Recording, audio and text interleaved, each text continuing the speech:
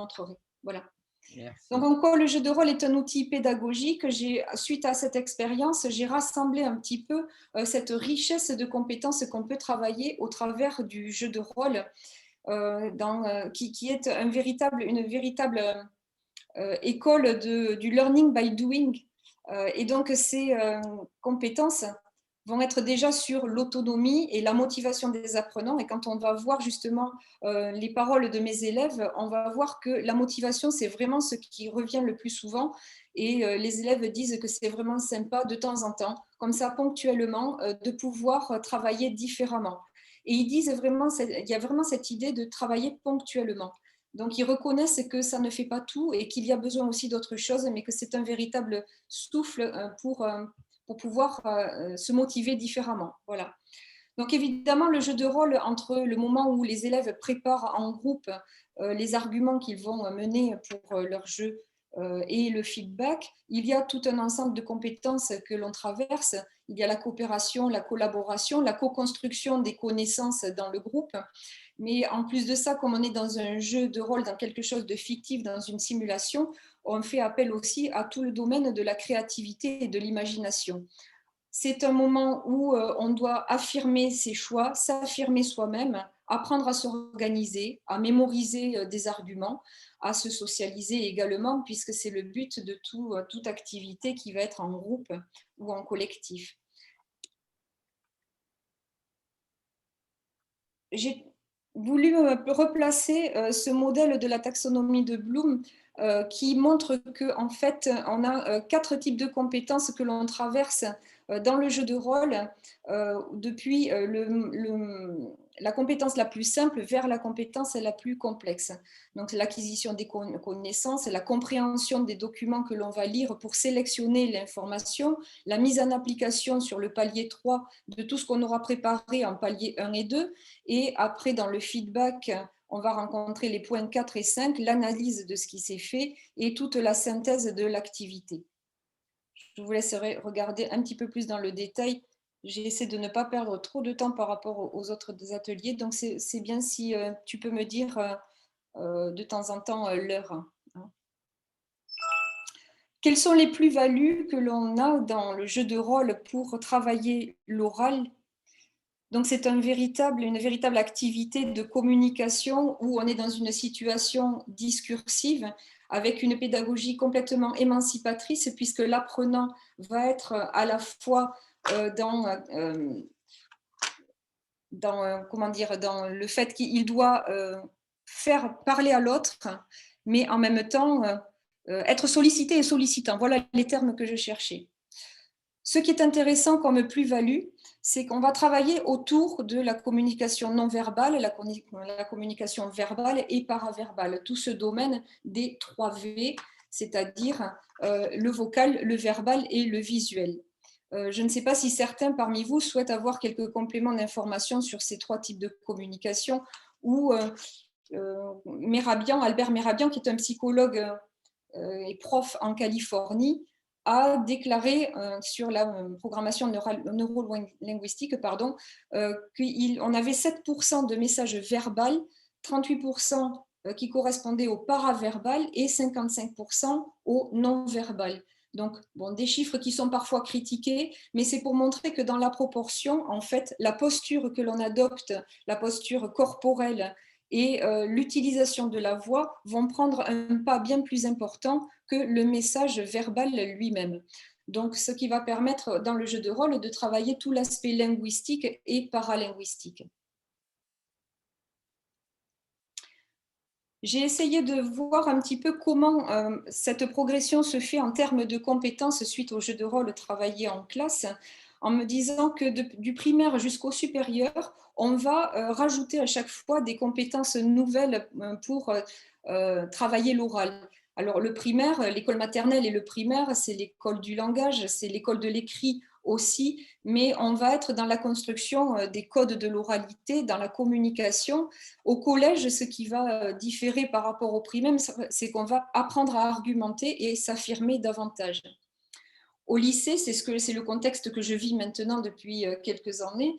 En plus de toutes ces compétences-là, on va rajouter l'éloquence, surtout à l'heure du grand oral, puisqu'on y est en plein dedans cette année pour la première fois, cette éloquence qui va permettre aux élèves de s'exprimer encore différemment. Et dans le supérieur, c'est dans une dimension professionnelle que l'on va aborder le jeu de rôle pour se rapprocher de la situation, de la simulation de la situation professionnelle.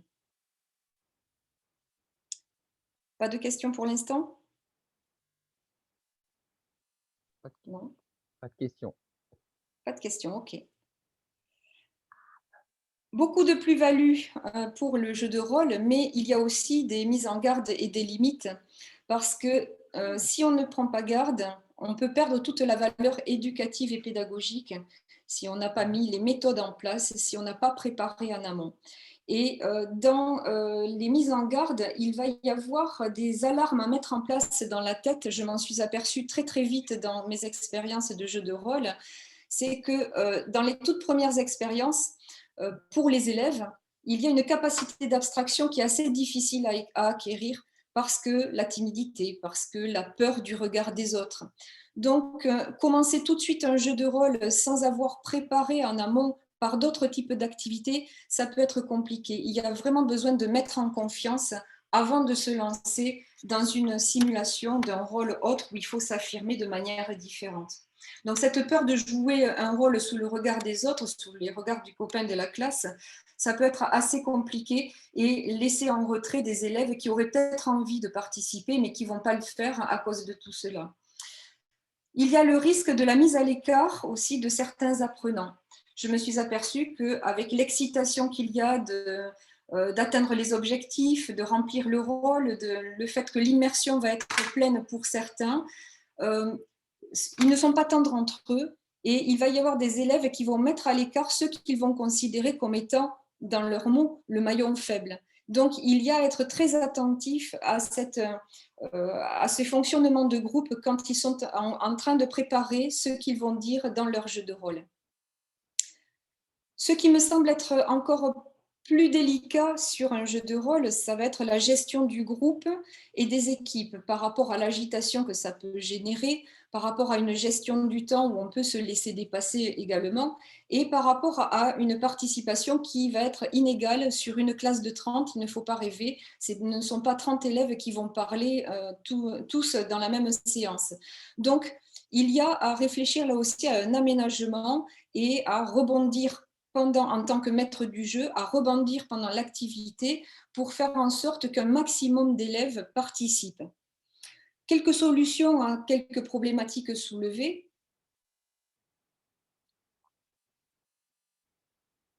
Tant que ça charge, voilà.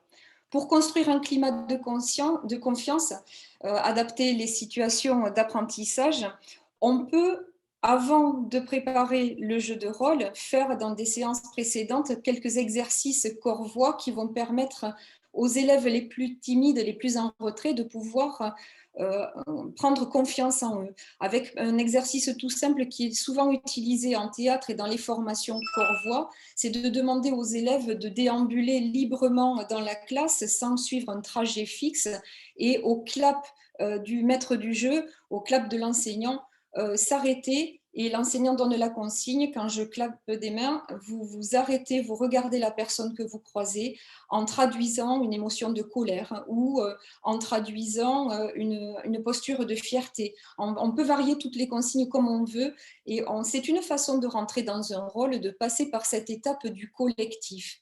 Une fois que le collectif est construit et mis un petit peu plus en confiance, on peut commencer à avancer vers une réduction du groupe en faisant plusieurs groupes et toujours travailler les postures corporelles en se disant dans un petit groupe de 4-5, salut, comment ça va, ou je suis d'accord, je ne suis pas d'accord, mais simplement avec le visage pour faire comprendre, pour faire prendre conscience de l'importance des mimiques du visage, du pouvoir du regard aussi. Donc ça, c'est tous ces exercices préparatoires que l'on peut faire avant un jeu de rôle pour ne pas rentrer direct dans quelque chose qui pourrait être difficile pour certains élèves. On peut également passer par le débat collectif avec une prise de parole libre où si certains ne veulent pas participer tout de suite, ce n'est pas grave, mais en tout cas, ça met en immersion dans un travail de l'oral qui va être de toute façon bénéfique pour tout le monde. Pour la gestion du groupe, je vais parler d'outils, puisque autour du jeu de rôle, il y a aussi des outils qui peuvent être utiles à l'enseignant. Si on ne veut pas du numérique et qu'on veut rester sur des versions papier, il existe ce qu'on appelle le tétraède. Je vous laisserai cliquer sur le lien dès que vous aurez récupéré le Geniali. Donc ce tétraède est une pyramide où selon la position dans laquelle on met ce tétraède, on va dire, ça va signaler j'ai besoin d'aide, je suis autonome, j'ai pas besoin d'aide. Voilà, donc ça permet de gérer un groupe et de pouvoir gérer aussi par la même occasion donc le niveau sonore. Il existe des outils numériques qui permettent d'attribuer des bonus-malus ou de gérer ce niveau sonore d'une manière différente. Donc je vous ai proposé 3 liens, je vais vous y amener dessus.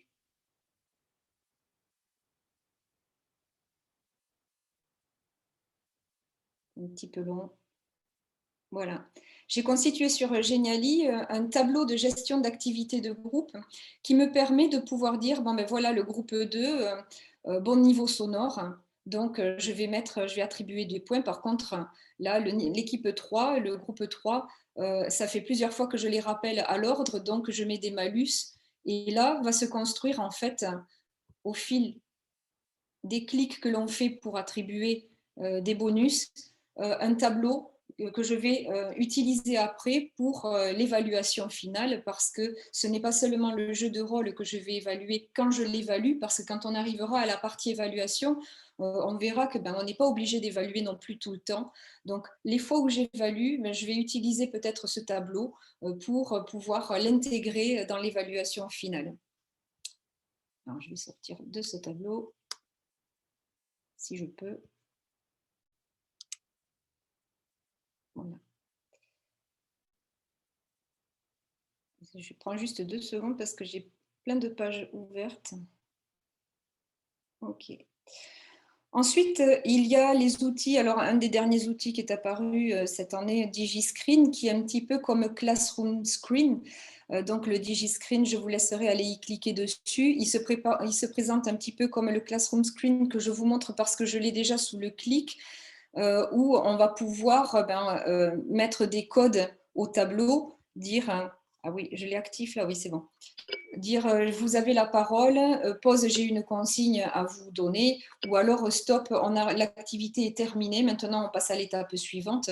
Donc il y a plein de consignes qui sont possibles, et y compris la gestion du niveau sonore, qui est une petite application comprise dans Classroom Screen, qui est aussi, je crois, sur DigiScreen. Et là, vous voyez, j'ai activé mon micro et le niveau sonore est en train d'être évalué. On peut signaler, ici je ne vais pas le faire sinon on aura une grosse sonnerie, on peut activer l'alarme qui va signaler à la classe que le niveau sonore est trop important. Et pour les problèmes de gestion du temps, évidemment, dans ce genre d'outils, DigiScreen ou Classroom Screen, selon celui que l'on préfère, on va pouvoir utiliser le minuteur et qui va sonner à la fin du temps que l'on a imposé pour dire c'est fini, l'activité, c'est quelqu'un d'autre qui prend la parole. Voilà. Toujours pas de questions? Tout va bien? Pas de questions, ça va. D'accord, ok. Dans les autres outils qui peuvent permettre d'aider le déroulement, un bon déroulement de jeu de rôle, il y a aussi Classe Dojo. Classe Dojo qui va être, alors je ne sais pas, moi j'utilise maintenant davantage Idoceo parce que je fonctionne avec un iPad, mais avant d'être sur Idoceo, je travaillais avec Classe Dojo où on peut préparer ses classes, importer ses classes. Alors voilà, par exemple, et on va dire, un tel, ce sont des noms fictifs, hein. Voilà, on va attribuer, j'aide les autres, je collabore. Donc, il va y avoir une petite sonnerie qui va signaler quand... hop,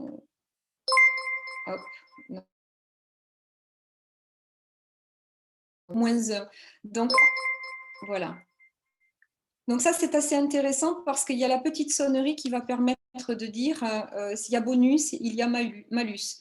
Et il y a tout un historique qui, en plus, est disponible après dans Options pour afficher les comptes rendus. Donc là, par exemple, ça c'est le compte rendu de la classe entière. Et si je prends un nom, voilà. J'ai un petit peu de latence parce qu'il y a trop de partage d'écran en fait là. Voilà.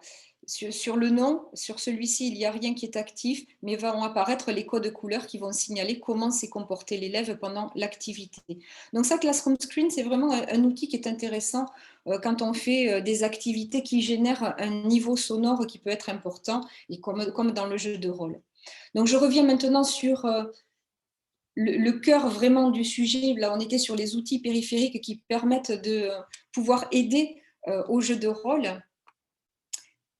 Et là, on va passer au scénario pédagogique, à ma manière d'aborder le scénario pédagogique dans un jeu de rôle. Donc, j'ai fait un petit schéma représentatif. Voilà. Ou pour moi, quand je commence à préparer un jeu de rôle, ou d'ailleurs, c'est pareil dans toute activité ludopédagogique, hein, je commence d'abord par définir mes objectifs et les compétences que je veux développer avec les élèves. C'est mon premier point. Ensuite, je sélectionne les ressources. Et les premières fois où je préparais des jeux de rôle, j'ai fait l'erreur de sélectionner beaucoup trop de ressources. Les élèves s'y perdaient, on perdait du temps. Donc, ce que j'ai appris de mon erreur, c'est qu'il faut sélectionner au minimum les ressources pour que tout de suite les élèves aillent trouver ce qu'ils ont besoin d'avoir comme argument qu'ils vont défendre dans leur jeu de rôle. Donc ça, je partage cette expérience où j'avais fait l'erreur et que j'ai corrigé par la suite en diminuant ma quantité de ressources, sauf en terminale où là j'en donne un petit peu plus parce que le tri de l'information est un petit peu plus complexe. En étape 3, je rédige mon scénario et je choisis de faire un scénario linéaire ou séquentiel avec inversion de rôle ou pas, puisque ça va rentrer dans toute la diversité d'approches de ce jeu de rôle. Un jeu de rôle linéaire, ça va être un jeu de rôle où on démarre d'un point A, on va jusqu'au point D et on laisse dérouler de cette manière-là sans intervenir sur des changements, des changements brusques, des éléments perturbateurs. La manière séquentielle, ça va être justement de pouvoir dire à un moment donné, si j'ai fait un jeu de rôle qui s'appelait musique et droit, c'était pour travailler le droit des artistes avec ma classe de terminale.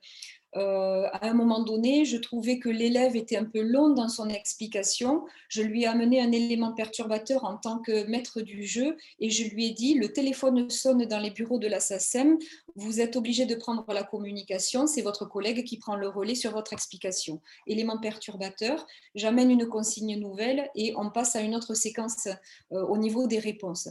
Voilà, ça c'est en séquentiel, ça va être comme ça.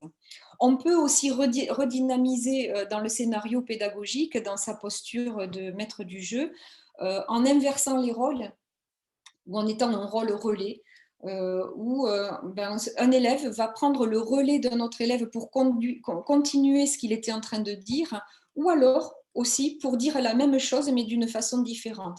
Dans l'oralisation, je trouve que c'est une approche qui est assez intéressante. Donc tout ça, je le pense en amont, où je décide que je vais aller dans un sens ou dans l'autre dans la manière de mener mon jeu de rôle. Ensuite, je rédige mes règles et mes rôles où je prépare mes cartes de rôle, puisque ça, c'est une fois que mon scénario est rédigé que je passe à cette étape-là. Parfois, pas systématiquement, je pense une récompense. Ça peut être intéressant, ça dépend aussi du profil de la classe. En fait, j'adapte tous ces points-là en fonction du profil, de l'âge aussi. Je ne vais pas procéder de la même façon si je suis en classe de seconde, si je suis en classe de terminale, si je suis en enseignement de spécialité ou en enseignement optionnel, si la classe est plutôt difficile ou plutôt lente au travail ou alors si elle est vraiment très active habituellement. C'est vraiment, il y a un feeling qui rentre dans toute cette préparation et dans la manière de dérouler le jeu. Et évidemment, je pense le feedback, puisque c'est lui qui va donner tout son sens à toute l'activité, comme on a dit tout à l'heure. Mon évaluation, c'est le dernier point que je pense en anticipation dans ma préparation de cette partie de ma séquence. Et plusieurs possibilités s'offrent à moi quand je réfléchis. Soit j'utilise le jeu de rôle comme simple entraînement, soit je vais exiger des élèves qui prennent tous la parole une fois. Ou alors je vais évaluer les arguments. Ça va dépendre quels sont mes axes de travail, quelles sont les compétences que j'aurai établies ici dans ma phase 1 de mon scénario. Est-ce que j'évalue les critères paralinguistiques? Est-ce que je suis par contre dans le plus complet, l'évaluation voix, posture et argument, ce que je fais en 3e trimestre de terminale par exemple? Donc là, j'ai établi une hiérarchie dans l'évaluation du non évalué jusqu'à l'évaluation la plus complexe. Dans mon scénario, évidemment, j'essaie de déterminer le temps du jeu et j'essaie de m'y tenir. C'est quelque chose qui est assez difficile. On se laisse souvent perturber par, ça va être un dysfonctionnement technique, par un groupe qui a besoin d'un petit peu plus d'aide. Le phénomène aléa, forcément, va perturber le temps de jeu que l'on s'est programmé au départ. Mais le fait d'utiliser des petits outils, comme je vous ai montré tout à l'heure, ça peut aider parce qu'il y a la sonnerie qui va rappeler à l'ordre. Donc, Fabienne, plusieurs étapes de mon scénario pédagogique. Fabienne, L'acquisition. Oui, oui, il y a une juste question? parce que, oui, parce que par rapport, parce que tu as abordé le grand oral et les terminales, est-ce que tu pourrais détailler, parce que tu disais, bon, tu faisais appel au terminal, et vous avez une question par rapport au grand oral et comment si tu intègres, pour là, tu as un scénario, est-ce que tu peux intégrer le grand oral là, dans ce que tu proposes? Ah, complètement. Complètement. D'ailleurs, pour en dire 2 mots là-dessus, puisque c'est vraiment à l'ordre du jour, je ne suis pas rentrée dans un jeu de rôle tout de suite. J'ai vraiment pensé un continuum depuis la classe de seconde, en fait. C'est-à-dire que j'ai la chance d'avoir des élèves que je suis de la seconde à la terminale, ce qui fait que je peux mettre en place une progression très clairement où on va passer d'un petit jeu de rôle en classe de seconde où les enjeux vont être moins importants à le jeu de rôle beaucoup plus fourni et avec des exigences qui vont être plus importantes, avec la captation vidéo du jeu de rôle aussi en terminale. Je travaille beaucoup la vidéo alors que sur la classe de seconde, je ne le fais pas. Et en début de terminale, j'aime bien commencer avec le 3 minutes pour convaincre, c'est-à-dire que chaque semaine, j'ai quelques élèves qui essaient en 3 minutes de me convaincre de l'intérêt d'aller écouter, dans mon domaine artistique évidemment, d'écouter un artiste, un album, d'aller lire une critique musicale. Donc 3 minutes pour convaincre de cet intérêt-là. C'est mon premier travail, je le fais comme ça et pas en individuel. Je ne démarre jamais par de l'individuel, je pars toujours du collectif, du groupe, avant d'arriver à l'individuel. D'accord. Et mon dernier jeu de rôle au 3e trimestre avec les terminales, c'était sur donc musique et droit, les droits de l'artiste.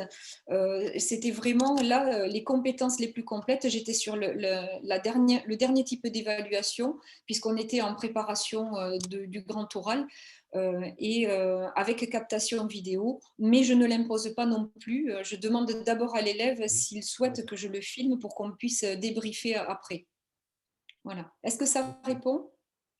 Oui, je pense, ça avait Élodie. Après, il y avait une question de, je ne sais pas si Élodie, qui avait posé la question, est-ce que tu voulais rajouter quelque chose? Tu peux prendre la parole. Ah oui, du coup là, en fait, moi j'interviens en terminale en tant qu'enseignante de spé en anglais, ainsi qu'en tant que PP, du coup avec la double casquette, le grand oral, je l'aborde dans les deux contextes.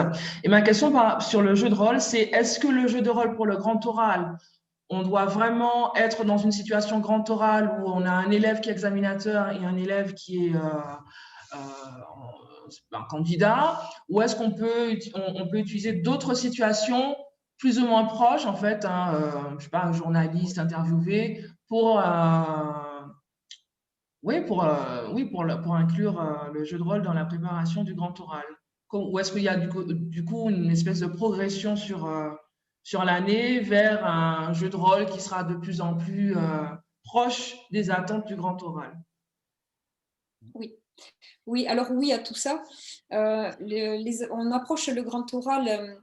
Alors attends, la première question, tu peux me redire s'il te plaît, parce que tu as eu deux questions. Ouais, non, le jeu de rôle, du coup, qui est conçu qui sont, enfin, les jeux de rôle qui sont utilisés pour le grand oral, est-ce qu'ils doivent être similaires à la situation du grand oral ou est-ce qu'on peut envisager d'utiliser Oui, d'autres situations avec les mêmes objectifs?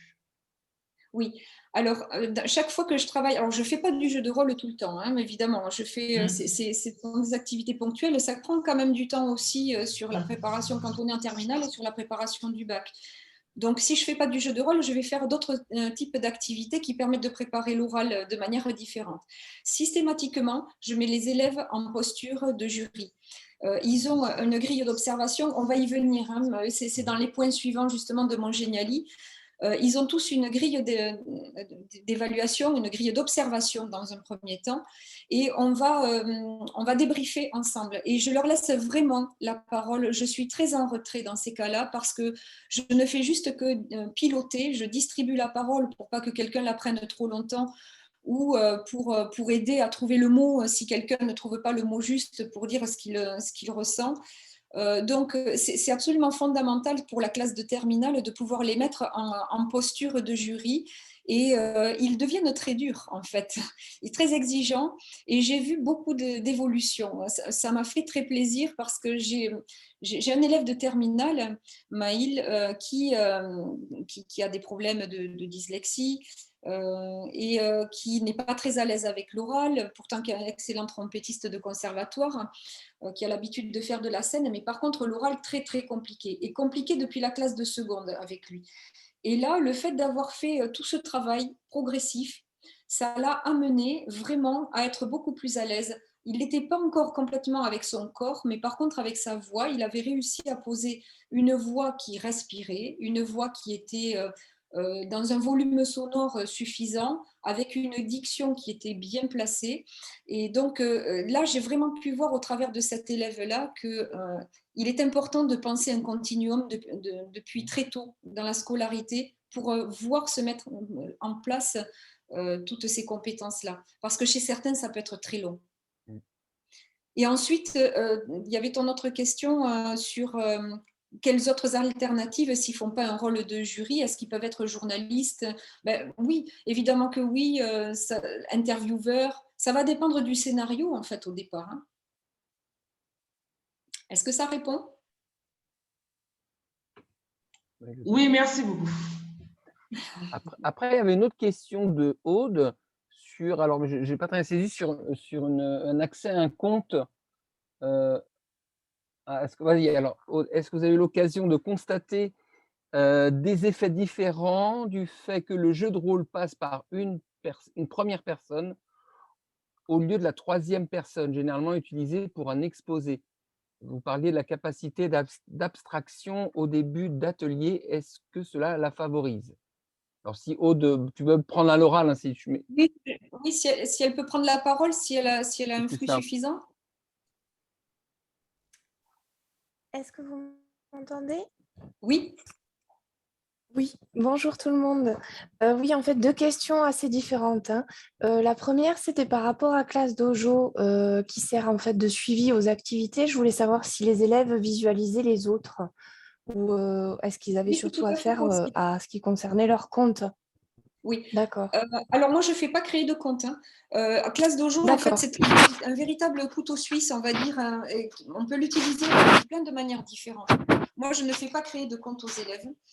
J'ai juste mon compte pro. Par contre, je projette, comme j'ai fait tout à l'heure, je projette les avatars et ils savent, il y a leurs noms qui sont affichés. Et ils entendent la sonnerie du bonus et la sonnerie du malus quand je clique. Mais ça a un effet terrible. Ça marche systématiquement. D'accord. Et après, si je veux qu'ils aient un Euh, retour, j'imprime tout simplement parce qu'on peut faire un téléchargement des comptes rendus et je leur imprime leur graphique de posture pendant ce temps de travail. ok, merci.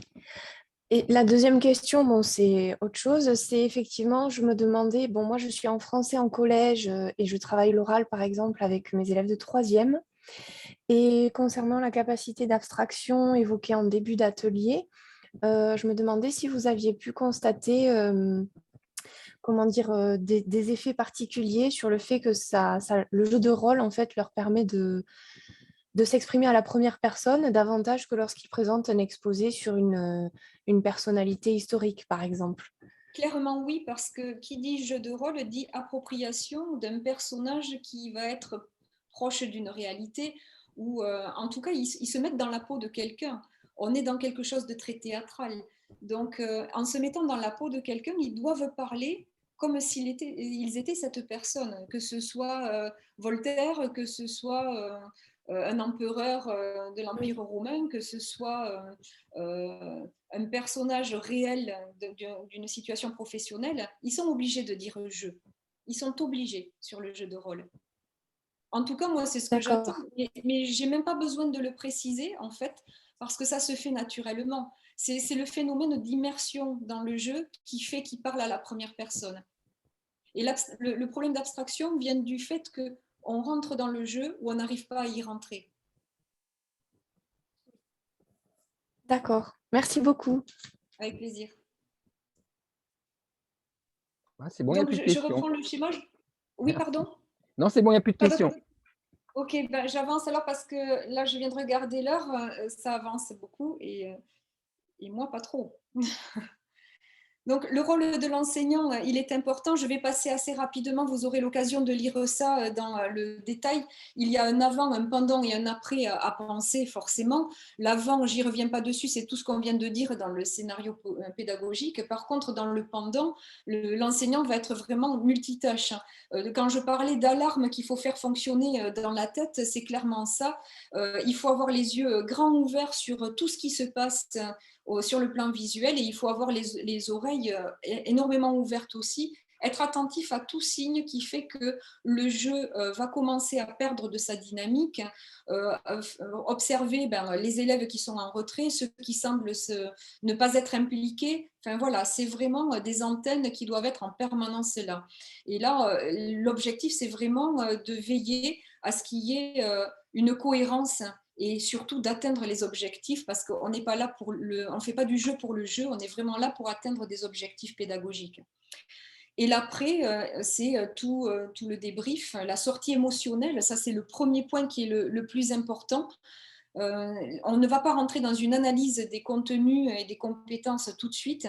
Il faut d'abord sortir émotionnellement du jeu. C'est le plus important. J'ai aimé parce que, je n'ai pas aimé parce que, j'ai trouvé ça drôle. Enfin voilà, il faut laisser une libre expression, c'est fondamental. Il faut avoir l'œil sur la montre parce qu'il ne faut pas non plus que ça dure pendant des heures. Et après, il faut les amener à aller stabiliser les connaissances et à aller faire la constitution d'une trace écrite, puisqu'on est là pour apprendre. C'est de la ludopédagogie.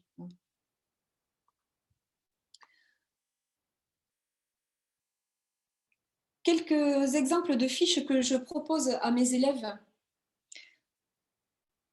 Une fiche scénario dans laquelle je vais marquer le timing du jeu, le titre de la séquence dans laquelle s'intègre mon jeu de rôle pour qu'il puisse garder ce fil toujours directeur, quels sont les objectifs que l'on va attendre, la situation de départ et la problématique posée, les règles du jeu, parce que ça va rentrer aussi dans les bonus-malus. Tu n'as pas respecté cette règle-là. On avait bien dit qu'il ne devait pas y avoir de moquerie, donc je mets un malus parce qu'il y a eu une moquerie, par exemple. Donc les règles du jeu, c'est vraiment, il faut baliser le terrain. Les compétences attendues, les ressources qu'on met à disposition. Donc moi, j'ai une fiche unique où apparaît tout ça. La fiche rôle, évidemment, elle est indispensable. La fiche rôle qui va donner les caractéristiques du personnage que l'on doit, dans lequel on doit s'intégrer, quelles sont les compétences de ce personnage aussi et quelle est sa mission. Donc là, selon le scénario que vous avez, forcément, vous allez adapter.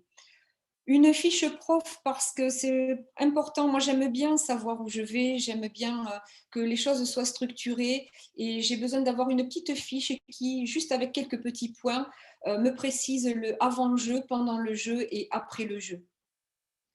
Et bien sûr, la fiche d'observation qu'on va distribuer aux élèves qui observent le jeu de rôle ou l'ajout oratoire, ça peut être également hein, le débat collectif. Une fiche observation que l'on va aménager selon les compétences que l'on décide de travailler, qualité de la prise de parole, attitude corporelle, et qualité des échanges, qualité des connaissances. J'aime bien mettre ce petit graphique avec le niveau où les élèves vont pouvoir entourer le chiffre qui leur correspond, à ce qu'ils ont observé.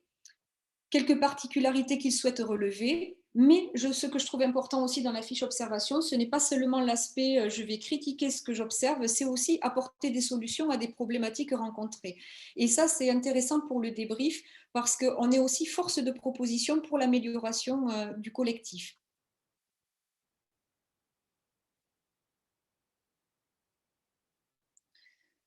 Feedback et évaluation, je vais passer vite parce que les grandes lignes du feedback, je viens de vous les donner. Par contre, j'attire votre attention sur… j'ai assisté il y a quelques mois au salon énigmatique et Alexandre Koch a présenté un débriefing card, c'est-à-dire qu'on peut choisir de faire un débrief avec toute la classe, vraiment pleinement en collectif, revenir à la structure classe, ou alors faire un débrief par groupe où il y aura un compte rendu par la suite. Et ce débrief par groupe, il peut se faire à partir d'un jeu de cartes qui est proposé donc par cet Alexandre Koch et qui est dans le lien ici que vous pourrez aller chercher, qui est sur un Geniali. Et il présente un jeu de cartes où on tire au sort une carte, il y a une question qui est posée, comment t'es-tu senti par exemple pendant le jeu, qu'as-tu observé? Et là, il y a un débat dans le groupe, ce qui est intéressant d'ailleurs à ce moment-là, si on fait ce type de débrief, c'est de pouvoir casser les groupes qu'il y avait en préparation de jeux de rôle, les remixer pour qu'ils puissent faire une observation plus enrichie et qui ne reste pas dans le confort de leur équipe en fait.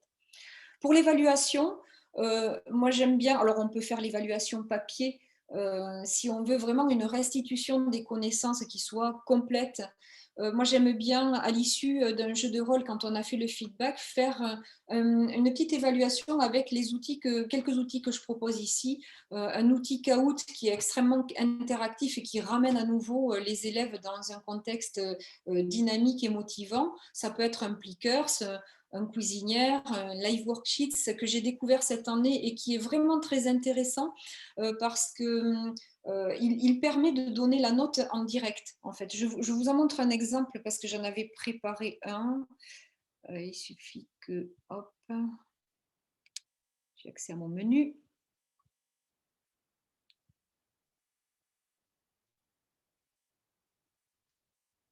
Voilà, par exemple. Ça, c'est un live worksheets. S'il ne prend pas trop de temps à charger. Bon, c'était autour d'un compositeur de musique de film. Et là, il s'agissait de pouvoir relier. Voilà, avec… je vous montre un petit exemple. Hop. Ah, voilà. Je ne vais pas les faire tous. Je vais directement à la validation qui se trouve là, finish. Je demande à avoir ma note. Et là, il y a un petit temps de latence. Et là, il me dit que j'ai 0 sur 10. Voilà. Donc, il donne la note en direct. C'est ce qui est assez intéressant. Dans un atelier juste là de 3 à 4 qui était juste sur l'oral, on parlait du fait que si on a moins de copies à corriger, c'est appréciable pour tout le monde. Je reviens sur ma présentation. Voilà. Bon. Je l'ai perdu. Il faut que j'y rentre dedans. J'ai vraiment beaucoup de latence. C'est assez compliqué là.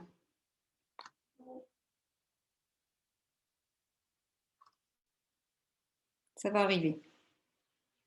Pas de questions en attendant? Dans 4 minutes, j'ai terminé. Non, pas de C'est ça? questions. Pas de questions. Oh. Ah oui, sinon, combien de… Parce que tu parles de séquences, Combien d'heures en général tu fais pour ta séquence entre le départ et finalement le débriefing? Ou est-ce que c'est Alors, variable? ça va dépendre des niveaux. En lycée, avec les terminales, on a l'objectif des épreuves, puisque je suis en enseignement de spécialité, l'objectif des épreuves du mois de mars, donc tout est hyper minuté. Mais une séquence, en principe, va c'est 6 semaines à peu près. Ok. Hop.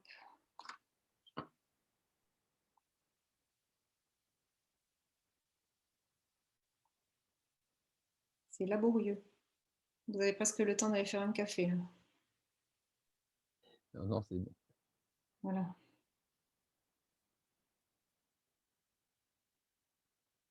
Voilà. Je passe aux exemples pédagogiques où je vais vous montrer, pour terminer, un exemple que j'ai travaillé. Donc, j'ai répertorié parce que cette présentation, je vais la faire dans quelques mois pour un congrès de professeurs de musique. Donc, j'ai répertorié vraiment tous les sujets qui étaient possibles, mais j'ai recensé quelques exemples de jeux de rôle ici, donc en SVT, en histoire, en anglais et en STMG. Donc, moi, par exemple, je vais prendre le tribunal musical, la question de la censure musicale, et c'est ça qui est en lien sur l'application du CLIC 2021. Puisque tu posais la question tout à l'heure. Ouais. Donc, je vous laisserai regarder les fiches dans le détail parce que je ne veux pas trop mordre sur le temps, parce qu'il y en a d'autres qui attendent après. J'ai préparé ici une fiche mission où j'ai le scénario qui est décrit, où il y a les compétences qui sont clairement... je vous le mets peut-être dans le chat, enfin, je ne sais pas si quelqu'un peut à partir de l'application du cours, si vous le mettez dans le chat, vous pourrez accéder à ça. Mes fiches rôles, voilà à quoi elles ressemblent concrètement sur ce travail-là en tout cas. Le rôle de l'avocat, de l'accusé, du juge, du procureur. Et j'avais donné tous les critères de chaque rôle. Voilà. Ensuite, on disait qu'au départ, les méthodes étaient importantes pour permettre aux élèves de vraiment développer des compétences. Donc là, je leur ai déposé sur ce support Padlet des fiches méthodes, comment développer son esprit critique, comment analyser une chanson, voilà, les pièges à éviter, comment structurer sa critique. On était dans l'idée de travailler sur la censure, donc je leur ai déposé quelques exemples d'œuvres censurées, d'œuvres à scandale, les covers qui ne valent pas grand-chose pour certains. Enfin, c'est quelques exemples, ça ne veut pas dire que tous les covers sont comme ça. Et puis, de quoi se nourrir aussi pour pouvoir construire l'argumentation. Donc, 2 articles que j'ai trouvés ici, que j'ai déposés ici. Et ceux qui veulent aller plus loin, qu'est-ce que le plagiat? Parce que ça peut être intéressant aussi sur cette séquence-là de pouvoir définir ce qu'est le plagiat, et c'est même un petit peu le but aussi pour quelqu'un qui va argumenter. Voilà, donc ça c'est un exemple pédagogique concret de tout ce que j'ai dit auparavant. Voilà. Et pour le reste, les 2 derniers points, ben, c'est la restitution tout simplement de mes élèves, où je vous laisserai aller voir. Je suis passée en mode édition, hein, à nouveau. C'est pas grave. Où mes élèves s'expriment. Je peux presque plus faire d'action. Ça ralentit de plus en plus. C'est pas grave. De toute façon, quand on peut plus là. Ça prend plus. J'ai beau cliquer. Voilà. Donc, vous verrez ce que les élèves ont répondu aux questions que je leur ai posées sur la motivation, s'ils pensent qu'ils ont appris beaucoup de choses au travers du jeu de rôle. Et pour terminer, une proposition de bibliographie et de cytographie. J'ai rassemblé les sites sur Humperl-Trees, donc vous aurez de quoi regarder si vous avez envie d'aller plus loin. Et quelques exemples de livres.